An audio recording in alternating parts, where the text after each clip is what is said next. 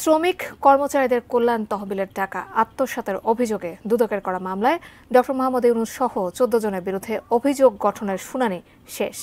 আদেশের জন্য আগামী ১২ জুন দিন ধার্য করেছেন ঢাকার বিশেষ জজ আদালত ৪-এর বিচারক সৈয়দ আরাফাত হোসেন।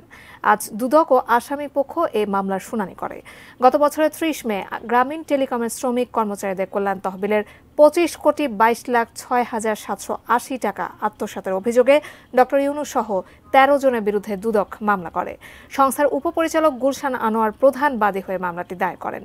এবছরের ১ ফেব্রুয়ারি তদন্তকারী কর্মকর্তা চার্জশিট দাখিল করেন। পরে ২ এপ্রিল ডক্টর মোহাম্মদ ইউনূস সহ ১৪ জনের বিরুদ্ধে চার্জশিট গৃহীত হয়।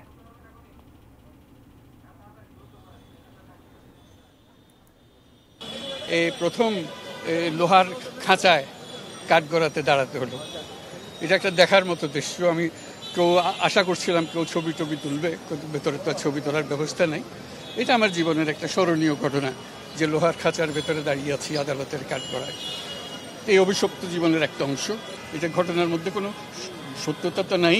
যে জিনিস দিয়েছিলাম সেটার জন্য আমাকে অভিযুক্ত করা হচ্ছে, অনেক টাকা মেরে দিয়েছি ইত্যাদি ইত্যাদি।